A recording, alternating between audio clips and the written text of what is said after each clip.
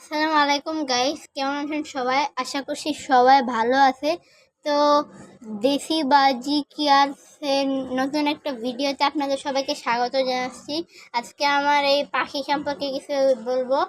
আমার কাছে দেখতে পাচ্ছেন দুইটা পাখি আছে।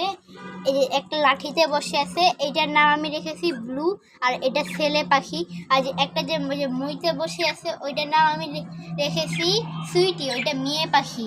তো আমি ব্লুটা কীভাবে পেয়েছি সেটা আজকে আমি বলবো।